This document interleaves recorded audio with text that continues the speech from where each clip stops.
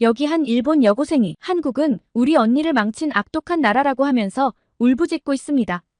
이 여고생은 학교에서 가게 된 수학여행 때문에 한국에 억지로 왔다가 서울대학교 학생들의 충격적인 대화를 듣고 다시 일본으로 돌아갈 수 없는 신세가 되어버렸다고 합니다. 도대체 이 여고생에게 무슨 일이 있었던 걸까요? 바로 사연 들어보겠습니다. 안녕하세요. 저는 일본 고등학생 아카리입니다. 저는 한국의 서울대학교에 합격해 출국날을 앞두고 있어요. 모두가 도쿄대학교를 목표로 공부할 때 저는 한국의 대학교를 가기 위해서 2배나 더 되는 양을 공부해야 했습니다. 한국어뿐만 아니라 도쿄대학교보다도 제가 우수한 학생이 맞는지 여러 방면을 평가하는 방식으로 합격 여부가 결정되었거든요. 매일 밤 잠을 줄여가며 한국대학 진학을 준비하는 저를 보면서 어떤 친구들은 제게 너같이 좋은 성적대인 애가 왜 굳이 고생을 해서 한국대학을 준비하냐고 묻기도 했습니다. 맞는 말이었어요. 저는 전교에서 손꼽히는 우등생이었고 지원서를 넣기만 하면 도쿄대학교에 붙을 확률이 굉장히 높았거든요. 하지만 저는 아랑곳하지 않고 한국대학에 가기 위해 피나는 노력을 했고 합격증을 받아냈습니다. 이쯤 되면 다들 제가 왜 그렇게 한국대학 진학에 목숨을 걸었던 것인지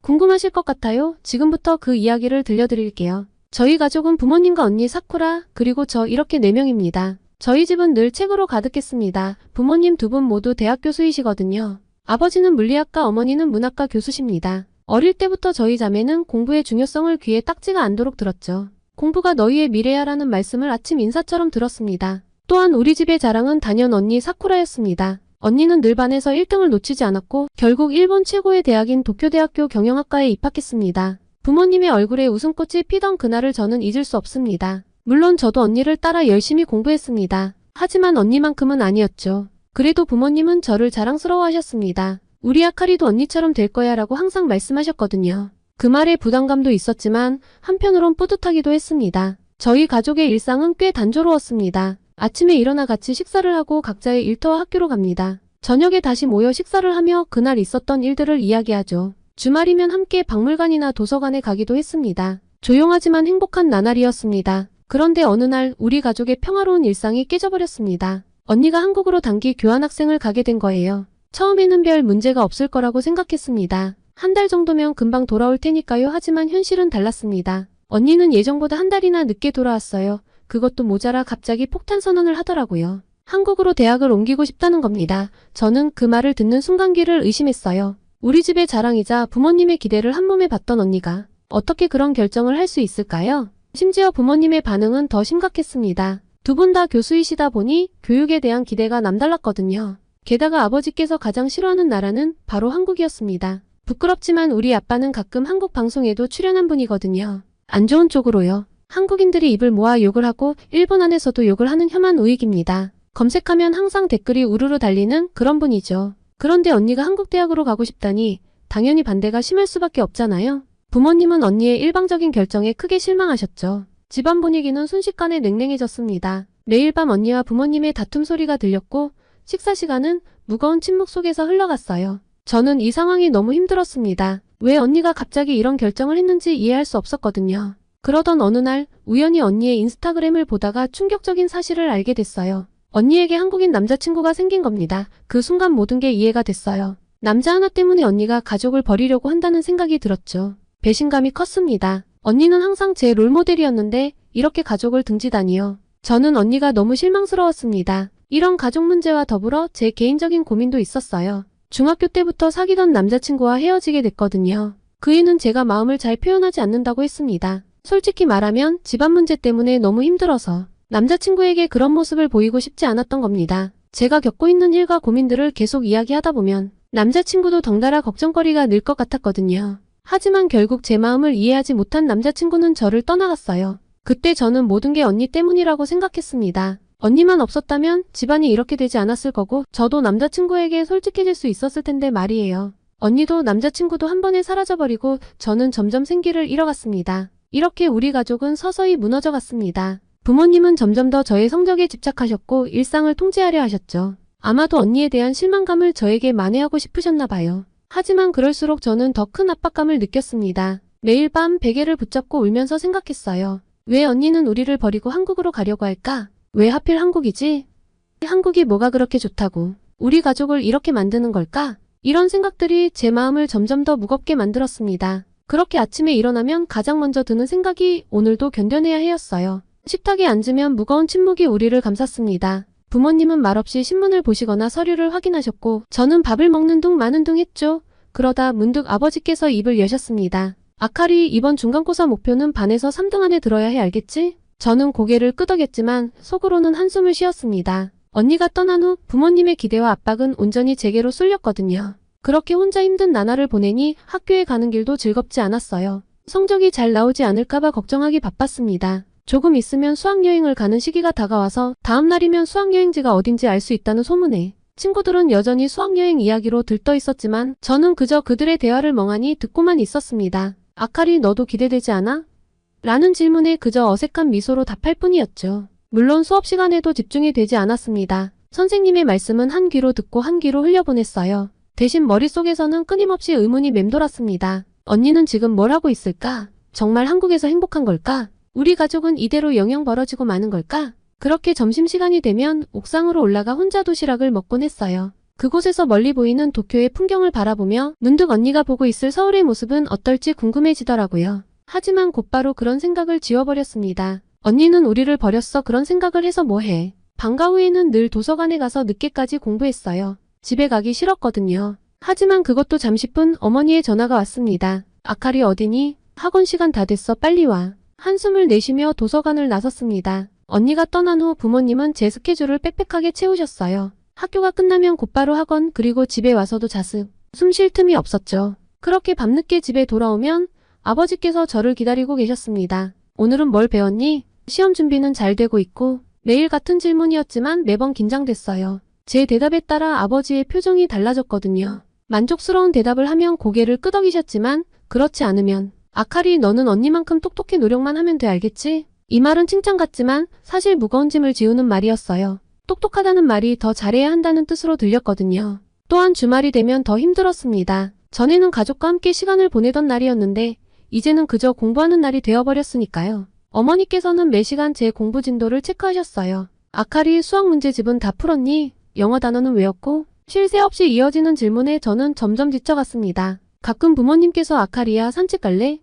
라고 물으셨지만 그건 공부에 지친 저를 위로하는 게 아니라 잠시 머리를 식히고 다시 공부하라는 뜻이었죠. 그러던 어느 날 전 남자친구를 우연히 마주쳤어요. 그는 새 여자친구와 손을 잡고 있었죠. 그 순간 가슴이 찢어지는 것 같았습니다. 집에 돌아와 펑펑 울었어요. 왜 나에겐 이렇게 불행한 일들만 생기는 걸까?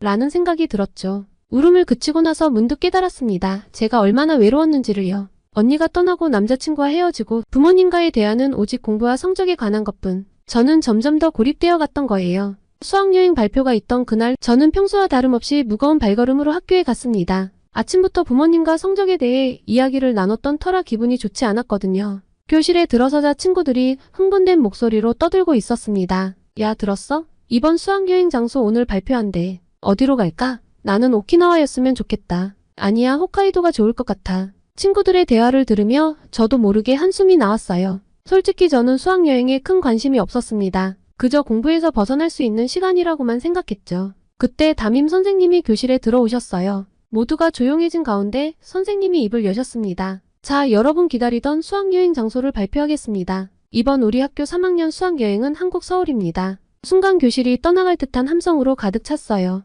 대부분의 친구들은 기쁨의 환호성을 질렀지만 저는 그 자리에 얼어붙은 채 멍하니 앉아 있었습니다. 한국이라고? 설마 이건 꿈이겠지? 하지만 꿈이 아니었어요. 선생님의 설명이 이어졌습니다. 이번 여행은 5일간 진행될 예정입니다. 서울의 주요 명소를 둘러보고 한국 문화를 체험하는 시간을 가질 거예요. 또한 현지 고등학교와의 교류 행사도 있을 예정입니다. 친구들은 계속해서 들떠 있었지만 저는 점점 더 불안해졌어요. 한국이라니 언니가 간 그곳, 우리 가족을 갈라놓은 그곳으로 간다니 믿기지 않았습니다. 그렇게 수업이 끝나고 집에 돌아와 부모님께 이 소식을 전했을 때 부모님의 반응은 예상대로였습니다. 특히 아빠요. 학교 수학여행지가 한국으로 정해졌으니 이 통신문에 나온 수학여행비를 내야 해 라고 이야기하자마자 정말 난리가 난 겁니다. 학교에 한국인이 근무하냐부터 시작해서 어떻게 이렇게 거짓말을 일삼고 이기적이며 일본인을 심하게 차별하는 한국으로 학생들의 수학여행지를 결정할 수 있냐며 노발대발하셨습니다. 그리고는 학교에 항의 전화를 걸어 한국으로의 수학여행을 막아야겠다고 하셨죠. 세상에나 학교에 그런 민폐를 끼치면 저는 어떻게 얼굴을 들고 학교를 다닐까요? 학교에서 결정된 일인데 어떻게 변경을 하겠냐 일정도 다 나왔다는 제 항변에 그럼 위험한 한국으로 너를 보낼 수 없으니 너라도 수학여행을 빠지라고 하더라고요. 한국인이 일본인에게 테러를 하면 어떻게 하냐며 절대로 내가 한국을 가는 건 허락을 못한다고요. 하루를 꼬박 걸려 부모님을 설득했습니다. 학교에서 정해진 것이고 원래 우리 자매 학교가 한국의 학교이고 또 선생님들 인솔에서 벗어나지 않고 다녀오겠다고요. 그리고 아주 솔직히 언니가 보고 싶다고 했습니다. 언니가 있는 한국이 궁금하기도 하다고요. 말을 하는데 절로 눈물이 나더라고요. 결국 제 눈물에 아버지께서는 항의전하니 뭐니 생각만 해도 부끄러운 행동은 하지 않으시겠다고 하셨어요. 그날 밤 저는 오랜만에 언니에게 메시지를 보냈어요. 언니, 나 이번에 수학여행으로 서울에 가게 됐어. 언니가 있는 그곳. 잠시 후 언니의 답장이 왔습니다. 정말? 다행이다. 아카리야, 서울은 정말 멋진 곳이야. 내가 좋아할 거야. 언니의 메시지를 보며 저는 복잡한 감정에 휩싸였어요. 기대? 두려움? 아니면 분노? 무엇이 제 마음을 가장 크게 차지하고 있는지 알 수 없었습니다. 그렇게 다음 날부터 학교는 수학여행 준비로 분주해졌어요. 여권 발급, 환전, 준비물 리스트 작성 모두가 열심히 준비하는 모습이었죠. 저도 어쩔 수 없이 그 흐름에 따라갔습니다. 아카리, 너 한국어 좀 할 줄 알지? 언니가 거기 있잖아. 친구 유키가 물었어요. 아니, 나도 잘 몰라. 저는 대충 얼버무렸습니다. 사실 언니가 한국에 간 후로 한국어에 대해 관심을 가지지 않으려 노력했거든요. 하지만 이제 와서 보니 그게 후회되더라고요. 결국 저는 몰래 인터넷으로 간단한 한국어 회화를 찾아보기 시작했어요. 안녕하세요, 감사합니다 같은 기본적인 인사말부터 시작해서 조금씩 늘려갔습니다. 준비 과정에서 가장 힘들었던 건 마음의 준비였어요. 한국에 가면 어떤 일이 벌어질지, 언니를 만나게 될지 아니면 언니의 남자친구를 마주치게 될지 이런 생각들이 제 머릿속을 맴돌았습니다. 수학여행 출발 전날 밤 저는 일기를 썼어요. 내일이면 한국으로 떠나 솔직히 무서워하지만 한편으로는 기대도 돼. 이번 여행이 끝나면 나는 어떻게 변해 있을까? 언니를 이해할 수 있게 될까? 아니면 더 미워하게 될까? 모르겠어. 그저 이번 여행이 무사히 끝나기만을 바랄 뿐이야. 저는 긴장되는 마음으로 잠을 청했습니다. 다음 날이면 언니가 있는 한국에 가게 된다는 사실이 믿기지 않았습니다. 걱정이 무색하게도 다음 날이 되었고 저는 한국행 비행기를 타야 했습니다. 그렇게 비행기가 인천국제공항에 착륙했을 때 제 심장은 마구 뛰고 있었어요. 창밖으로 보이는 한국의 모습은 생각보다 일본과 비슷해 보였지만 동시에 뭔가 다른 느낌이 들었습니다. 자, 여러분 이제 한국에 도착했어요. 짐을 챙기고 천천히 내립시다. 인솔 선생님의 목소리가 들렸어요. 비행기에서 내리자마자 느낀 건 공기였어요. 뭔가 다른 냄새에 다른 습도. 정말 다른 나라에 왔구나 하는 생각이 들었습니다. 입국 심사를 기다리는 동안 저는 주변을 둘러보았어요. 인천공항은 제가 상상했던 것보다 훨씬 크고 현대적이었습니다. 일본의 나리타 공항과는 또 다른 분위기였어요. 와, 여기 엄청 크다. 친구 유키가 감탄사를 내뱉었어요. 그러게 생각보다 되게 멋있어. 저도 모르게 동의하고 있는 제 모습을 발견했습니다. 입국 심사를 마치고 짐을 찾은 후 우리는 공항 밖으로 나왔어요. 그 순간 서울의 공기가 제 얼굴을 스쳤습니다. 뭔가 새롭고 신선한 느낌이었어요. 여러분, 이제 지하철을 타고 숙소로 이동할 거예요. 모두 짐 잘 챙기고 따라오세요. 선생님의 안내를 따라 우리는 공항철도역으로 향했습니다. 지하철역에 도착해서 저는 또 한 번 놀랐어요. 일본의 지하철역과는 또 다른 모습이었거든요. 깔끔하고 현대적인 디자인, 그리고 곳곳에 있는 디지털 안내판들. 아카리 봐봐. 저기 로봇이 있어. 유키가 제 팔을 잡아당겼어요. 정말이었어요. 역 한쪽에는 안내 로봇이 서 있었고 사람들의 질문에 대답하고 있었습니다. 대단하다. 저도 모르게 감탄사가 나왔어요. 지하철을 타고 이동하는 동안 저는 창밖으로 보이는 서울의 모습을 유심히 관찰했습니다. 높은 빌딩들, 번화한 거리, 그리고 곳곳에 보이는 한글 간판들. 모든 게 새롭고 신기했어요. 문득 언니의 말이 떠올랐습니다. 서울은 정말 멋진 곳이야. 그 말을 들었을 때는 반감이 들었는데 지금은 조금 이해가 가는 것 같았어요. 지하철에서 내려 숙소로 향하는 길, 저는 문득 제 마음의 변화를 느꼈습니다. 아침에 비행기를 탔을 때의 불안감과 거부감이 조금씩 사라지고 있었어요. 대신 호기심과 기대감이 조금씩 자리 잡고 있었죠. 숙소에 도착해서 짐을 풀면서 저는 창밖으로 보이는 서울의 야경을 바라보았어요. 반짝이는 불빛들이 마치 별처럼 빛나고 있었습니다. 아카리, 너도 느껴? 뭔가 다른 것 같아. 룸메이트인 유키가 물었어요. 응, 그러게 생각보다 훨씬 멋있어. 제가 대답했습니다. 그렇게 다음날이 되었고 피곤해서 늦게 일어날까봐 걱정했는데 잠자리가 낯설어서인지 저는 저절로 눈이 떠졌어요. 침대에서 나와 아침 일찍 일어나 창밖을 내다보니 서울의 아침 풍경이 펼쳐져 있었어요. 어제와는 또 다른 모습의 서울이 제 눈앞에 있었죠. 오늘의 일정은 경복궁 관람과 한복 체험이라고 했어요. 솔직히 말하면 처음에는 그다지 기대되지 않았어요. 그냥 오래된 건물 구경하는 거 아닐까 하는 생각이 들었거든요. 일찍이 아침 식사를 마치고 우리는 경복궁으로 향했습니다. 버스에서 내려 경복궁 정문인 광화문에 도착했을 때 저는 그 웅장함에 압도되었어요. 와, 생각보다 엄청 크다. 저도 모르게 감탄사가 나왔습니다. 우리는 가이드 선생님의 안내를 받으며 경복궁 안으로 들어갔어요. 가이드 선생님의 설명을 들으면서 저는 점점 더 흥미를 느끼기 시작했습니다. 경복궁은 조선 왕조의 법궁으로 1395년에 처음 지어졌어요. 하지만 임진왜란 때 불타 없어졌다가 1867년에 다시 지어졌죠. 그 말을 듣는 순간 저는 뭔가 불편한 감정을 느꼈어요. 임진왜란 그러고 보니 우리나라가 이 나라를 침략했었지. 그동안 교과서에서만 보았던 역사가 갑자기 현실감 있게 다가왔어요.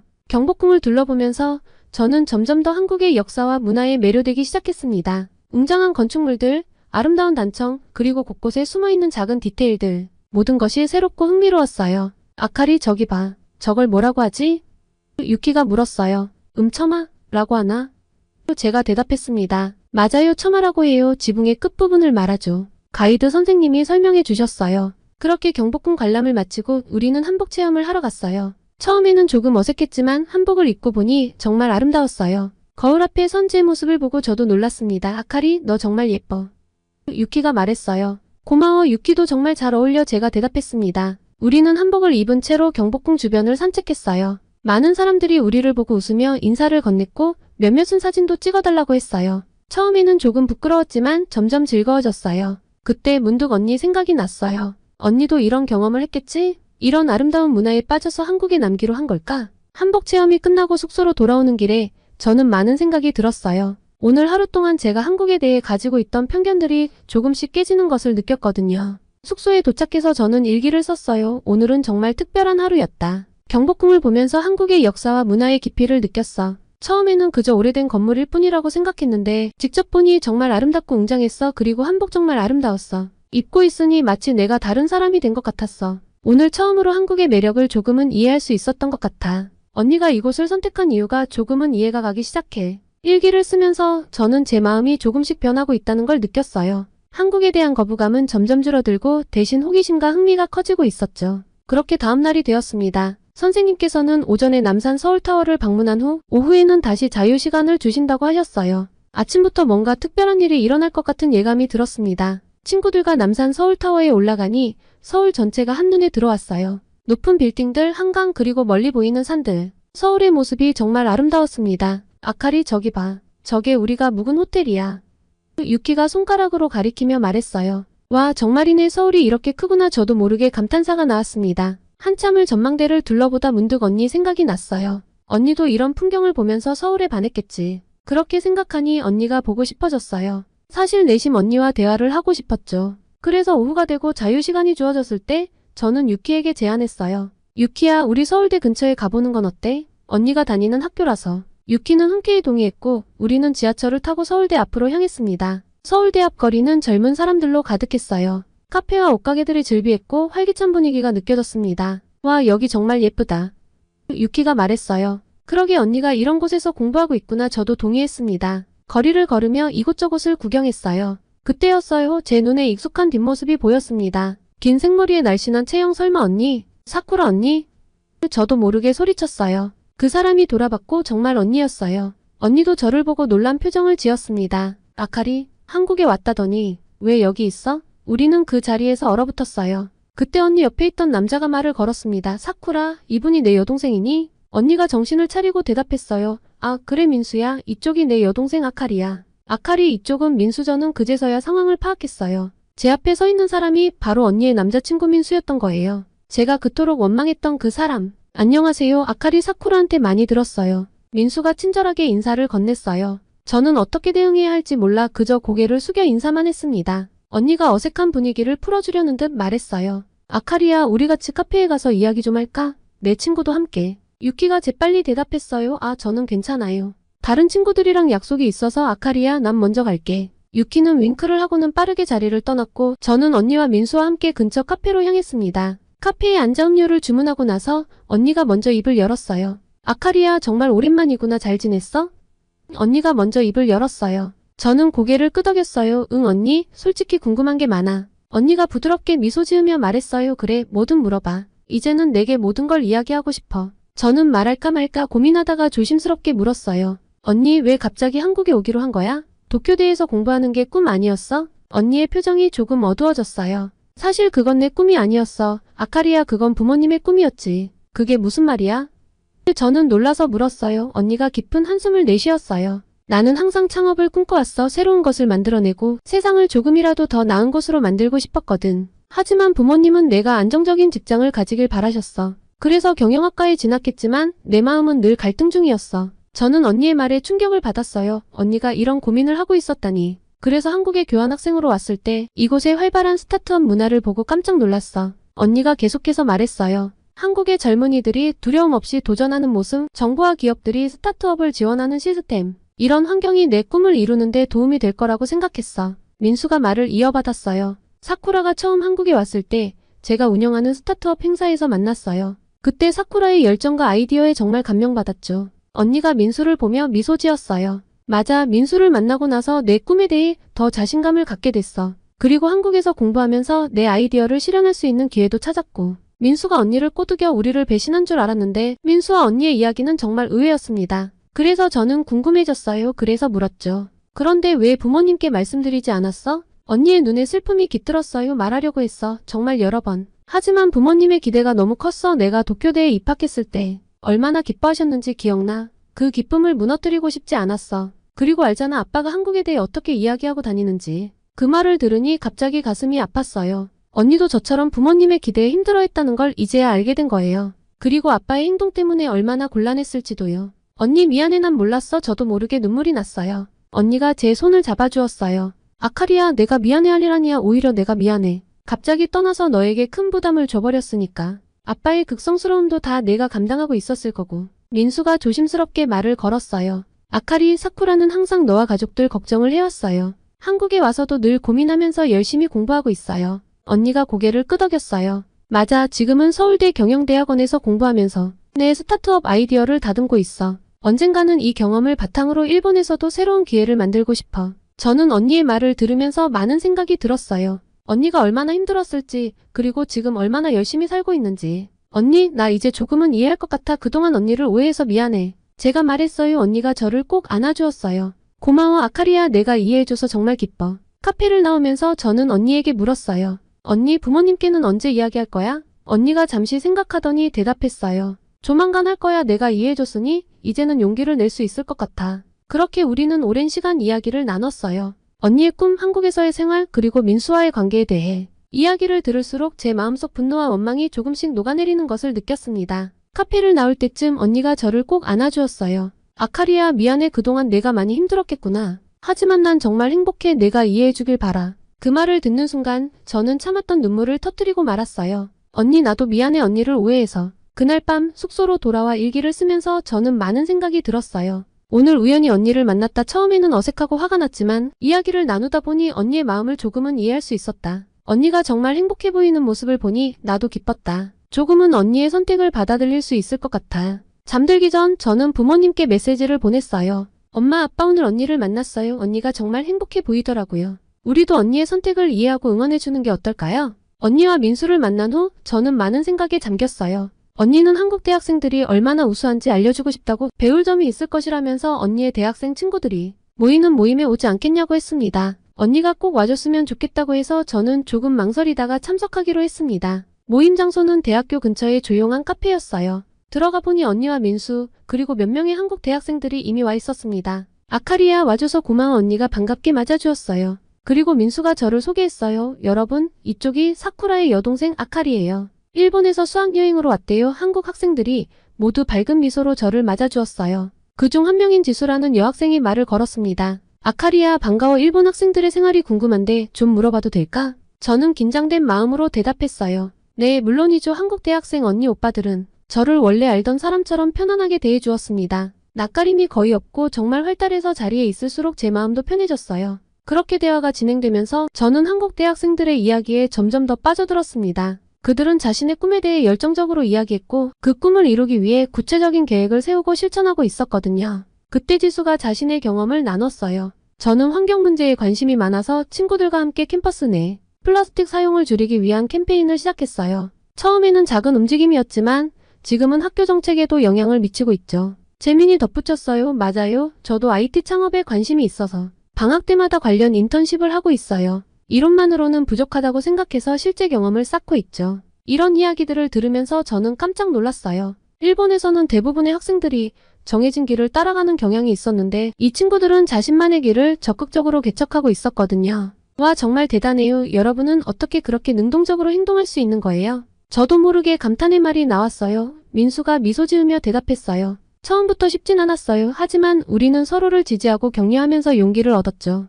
실패해도 괜찮다는 마인드로 계속 도전하다 보니 조금씩 변화가 생기더라고요. 언니가 말을 이어받았어요. 아카리, 나도 처음에는 두려웠어. 하지만 이 친구들을 보면서 나도 할 수 있다는 자신감을 얻었어. 그래서 한국에서 새로운 도전을 시작할 수 있었지. 저는 그들의 이야기를 들으면서 제 자신을 돌아보게 되었어요. 지금까지 저는 주어진 길만 따라갔을 뿐 제 꿈을 위해 적극적으로 행동한 적이 없었거든요. 저는 솔직히 부끄러워요. 여러분처럼 꿈을 위해 노력한 적이 없었던 것 같아요. 제 목소리가 조금 떨렸어요. 지수가 따뜻하게 말해주었어요. 아카리야, 괜찮아. 우리도 처음부터 이랬던 건 아니야. 중요한 건 지금부터라도 내가 원하는 걸 찾아 노력하는 거야. 그 순간 저는 뭔가 가슴속에서 울컥하는 것을 느꼈어요. 이들의 열정과 노력하는 모습이 저에게 큰 자극이 되었거든요. 정말 감사해요. 여러분, 저도 이제 제 꿈을 찾아 노력해보고 싶어요. 제 말에 모두가 따뜻한 미소로 응원해 주었어요. 모임이 끝나갈 무렵 저는 이 경험이 제 인생의 전환점이 될 거라는 걸 확신했어요. 한국 대학생들의 능동적이고 열정적인 모습은 제게 큰 영감이 되었고 제 안에 작은 변화의 씨앗을 심어주었습니다. 숙소로 돌아가는 길에 저는 언니에게 말했어요. 언니, 오늘 정말 많은 걸 배웠어. 한국 친구들이 자신의 꿈을 위해 그렇게 열심히 노력하는 모습에 정말 감동받았거든. 나도 이제 변화해야겠어. 그때 언니가 저를 꼭 안아주었어요. 아카리야, 넌 할 수 있어. 그날 밤 일기를 쓰면서 저는 제 마음의 변화를 정리해봤어요. 오늘은 정말 특별한 날이었다. 한국 대학생들의 열정과 노력하는 모습에 큰 감동을 받았다. 그들은 단순히 꿈을 꾸는 것에 그치지 않고 그 꿈을 위해 구체적으로 행동하고 있었다. 이제 나도 더 이상 수동적인 삶을 살고 싶지 않다. 내 꿈이 무엇인지 찾고 그 꿈을 향해 한 걸음씩 나아가고 싶다. 오늘의 이 느낌을 잊지 말자. 이제 나의 새로운 도전이 시작된다. 그렇게 설레는 마음을 뒤로 하고 침대에 누웠습니다. 내일 일본에 돌아가려면 자야 했거든요. 그렇게 잠들기 전 저는 결심했어요. 일본에 돌아가면 부모님과 진지하게 대화를 나눠야겠다고요. 제 진짜 꿈이 무엇인지, 그리고 그 꿈을 위해 어떤 노력을 해야 할지에 대해서요. 한국 친구들처럼 저도 이제 제 인생의 주인공이 되어 능동적으로 살아가고 싶었습니다. 그렇게 다음날이 되었고 저는 짐을 싸서 인천국제공항으로 향했습니다. 한국에 대한 편견이 무너진 채로 보는 인천공항은 감회가 남달랐어요. 일본과는 비교가 되지 않을 정도로 효율적인 입출국 시스템과 넓고 너무 많은 서비스들을 파악하기 어려운 관광객들을 위해 영어와 일본어, 중국어로 번역된 키오스크를 쉽게 사용할 수 있었습니다. 반에서 한 명이 늦게 일어나 공항에 뒤늦게 도착했는데 위치를 찾지 못하다가 키오스크에 있는 간편 티켓 발권과 위치 찾기 서비스를 통해 제 시간에 비행기를 탈 수 있었던 일도 일어났죠. 그렇게 우여곡절 끝에 비행기가 나리타 공항에 착륙했을 때 저는 묘한 기분이 들었어요. 집으로 돌아온다는 안도감과 동시에 한국에서의 시간이 끝났다는 아쉬움이 교차했습니다. 공항에는 부모님이 저를 기다리고 계셨어요. 부모님을 보는 순간 갑자기 눈물이 났어요. 아카리, 잘 다녀왔니? 어머니가 저를 꼭 안아주셨어요. 집으로 가는 차 안에서 저는 한국에서의 경험을 부모님께 열정적으로 이야기하기 시작했죠. 느낀 게 너무 많아서 이야기하지 않을 수 없겠더라고요. 엄마, 아빠, 저도 처음엔 한국이 싫었어요. 그런데 가보니 정말 좋더라고요. 서울은 정말 현대적이고 활기찬 도시예요. 지하철도 편리하고 음식도 맛있고 그리고 아무도 제게 일본인이라고 손가락질하거나 욕하지 않았어요. 부모님은 의외로 제 이야기를 관심 있게 들어주셨어요. 그래서 저는 계속해서 말했죠. 그리고 언니를 만났어요. 언니가 서울대학교에서 공부하는 모습을 봤는데 정말 행복해 보이더라고요. 언니의 꿈이 무엇인지 알게 되었어요. 아버지가 물으셨어요. 사쿠라의 꿈이 뭐라고 하던? 언니는 창업을 꿈꾸고 있어요. 새로운 것을 만들어 세상을 조금이라도 더 나은 곳으로 만들고 싶대요. 한국의 활발한 스타트업 문화가 언니의 꿈을 이루는 데 도움이 된다고 해요. 어머니의 표정이 조금 변했어요. 그렇구나. 사쿠라가 그런 생각을 하고 있었다니. 저는 계속해서 말했어요. 그리고 언니의 남자친구 민수 오빠도 만났어요. 처음에는 저도 오빠를 오해했는데 알고 보니 정말 좋은 사람이더라고요. 오빠는 언니의 꿈을 응원하고 지지해주고 있어요. 부모님은 잠시 말없이 서로를 바라보셨어요. 그때 아버지가 말씀하셨죠. 우리가 사쿠라를 너무 몰아붙인 걸까? 아버지의 말씀에 저는 고민하다가 용기를 내어 말했어요. 엄마, 아빠, 사실 언니도 많이 힘들어했대요. 부모님의 기대에 부응하지 못할까봐 걱정도 많이 했고요. 아빠가 한국에 대해 말하고 다니는 것을 아니까 그 점도 괴로워했고요. 하지만 언니는 지금 자신의 길을 찾아가는 중이에요. 그리고 그 모습이 정말 행복해 보였어요. 꿈을 이룰 수 있는 곳인데 어느 나라인 게 무슨 상관이겠어요? 순간 어머니의 눈에 눈물이 고였어요. 우리가 너무 우리의 꿈만 강요했구나. 그래요, 엄마. 하지만 지금이라도 언니를 이해해 주시면 돼요. 언니는 여전히 부모님을 사랑하고 존경해요. 그리고 꼭 돌아오겠대요. 자신의 꿈을 이루고 나서. 그렇게 제 이야기를 끝내자 잠시 침묵이 이어졌지만 아버지가 말씀하셨어요. 고맙다 아카리야. 내 말을 들으니 우리가 얼마나 편협했는지 깨닫게 되는구나. 사쿠라에게 연락해서 우리의 마음을 전해야겠다. 그 말씀을 듣고 저는 안도의 한숨을 쉬었어요. 드디어 우리 가족이 서로를 이해하기 시작한 것 같았거든요. 그렇게 집에 도착해서 저는 제 방으로 들어갔어요. 책상에 앉아 창밖을 바라보며 이번 여행을 통해 얻은 깨달음을 일기장에 정리해보기 시작했습니다. 일상으로 돌아온 후 저는 제 삶에 대해 깊이 고민하기 시작했어요. 언니처럼 저도 진정한 꿈을 찾고 싶었거든요. 많은 생각 끝에 저는 큰 결심을 하게 되었습니다. 바로 한국 대학에 진학하기로 한 거예요. 처음 이 생각을 부모님께 말씀드렸을 때 부모님은 놀라셨어요. 하지만 제가 진지하게 설명드리자 이해해 주셨죠. 아카리야, 내가 정말 원한다면 우리는 내 결정을 존중할게. 그리고 너의 꿈을 이룰 수 있는 나라라면 나도 존중할 거다. 아버지께서 말씀하셨어요. 그날부터 저의 도전이 시작되었습니다. 우선 한국어 공부에 매진했어요. 학교 수업이 끝나면 한국어 학원에 다녔고 집에서는 한국 드라마와 예능 프로그램을 보며 귀를 훈련시켰죠. 처음에는 정말 어려웠어요. 한자는 익숙했지만 문법과 발음이 너무 달랐거든요. 아, 정말 어려워 좌절감에 빠질 때도 있었지만 그럴 때마다 한국에서의 경험을 떠올렸어요. 그리고 다시 힘을 내곤 했죠. 한국어 공부와 함께 한국대학 입시 준비도 시작했어요. 한국의 대학 입학 시스템을 이해하는 것부터가 쉽지 않았어요. 수능, 수시, 정시 모든 게 낯설었죠. 하지만 포기하지 않았어요. 인터넷으로 정보를 찾아보고 한국에 있는 언니에게 조언을 구하기도 했어요. 아카리야, 힘들 때는 언제든 연락해. 언니가 도와줄게. 언니의 응원에 큰 힘을 얻었어요. 학업에 집중하다 보니 친구들과 어울릴 시간이 줄어들었어요. 가끔은 외로움을 느끼기도 했죠. 하지만 제 꿈을 위해 이 정도 희생은 감수할 수 있다고 생각했어요. 시간이 지나면서 조금씩 성과가 나타나기 시작했어요. 한국어 능력 시험에서 좋은 성적을 받았고 한국대학의 외국인 전형에 대해서도 잘 알게 되었죠. 준비 과정에서 가장 어려웠던 건 자기소개서 작성이었어요. 한국어로 제 생각과 꿈을 표현하는 게 쉽지 않았거든요. 밤새워 글을 쓰고 고치기를 반복했어요. 아카리, 이제 내 한국어 실력이 나보다 나은 것 같아. 언니가 농담 삼아 한 말에 저도 모르게 웃음이 났어요. 드디어 원서 접수의 날이 다가왔어요. 떨리는 마음으로 지원서를 제출했죠. 이제 결과만 기다리면 돼요. 합격하면 좋겠지만 떨어져도 괜찮아. 이 과정에서 배운 것들이 더 중요하니까 스스로에게 다짐했어요. 며칠 후 기다리던 합격 발표가 났어요. 떨리는 마음으로 결과를 확인했죠. 합격입니다. 그 순간의 기쁨은 말로 표현할 수 없었어요. 눈물이 흘렀죠. 저는 그렇게 한국의 최고 대학인 서울대학교에 입학할 수 있게 되었습니다. 이 소식을 들은 부모님은 놀라며 저를 축하해 주셨어요. 그렇게 이제 저는 새로운 여정을 시작하게 되었어요. 한국에서의 대학생활, 그리고 그 너머의 꿈을 향해 나아가게 된 거죠. 두렵기도 하지만 설레는 마음이 더 커요. 이제 진짜 시작이구나. 저는 마음속으로 다짐했어요. 내 인생의 주인공은 바로 나야. 앞으로 어떤 어려움이 와도 극복할 수 있을 거야. 지금까지 사연을 말씀드리며 겪은 여정을 되돌아보니 이번 한국 여행은 제 인생의 전환점이 되었다는 생각이 들었습니다. 처음에는 한국이라는 나라에 대한 편견과 두려움이 있었지만 직접 경험해보니 그것이 얼마나 잘못된 생각이었는지 깨달았어요. 우리는 종종 익숙하지 않은 것들을 두려워하고 거부하려고 해요. 하지만 그런 태도는 우리의 시야를 좁히고 새로운 기회를 놓치게 만들어요. 이번 여행을 통해 저는 열린 마음의 중요성을 배웠어요. 새로운 문화와 사람들을 만나면서 제 세계관이 얼마나 좁았는지 깨달았거든요. 또한 꿈을 향해 노력하는 한국 친구들의 모습을 보면서 저 자신에 대해 많이 반성했어요. 저는 그동안 부모님의 기대에 맞춰 살아왔을 뿐 제 진정한 꿈이 무엇인지 고민해본 적이 없었거든요. 하지만 이제는 달라요. 저도 제 꿈을 찾아 노력하고 싶어요. 그 중에서도 가장 큰 깨달음은 가족의 의미에 대한 것이었어요. 언니와의 관계, 그리고 부모님과의 관계를 다시 생각해보게 되었죠. 서로를 이해하고 존중하는 것, 그리고 각자의 선택을 인정하는 것이 얼마나 중요한지 알게 되었어요. 가족은 서로의 꿈을 응원하고 지지해주는 존재여야 한다는 걸 깨달았습니다. 이번 여행은 또한 제게 도전 정신을 심어주었어요. 한국 친구들이 자신의 꿈을 위해 적극적으로 행동하는 모습을 보면서 저도 용기를 얻었어요. 이제는 두려워하지 않고 새로운 것에 도전하고 싶어요. 제 이야기는 여기까지입니다. 만약 주변에 저같이 한국에 대한 편견을 가진 사람이 있다면 주저하지 마시고 제 사연을 들려주시기 바랍니다. 제 사연을 들으면 조금이나마 한국에 대한 오해가 풀릴 것이니까요. 길고 길었던 제 이야기를 끝까지 들어주셔 감사합니다. 오늘의 사연 재미있게 들으셨나요?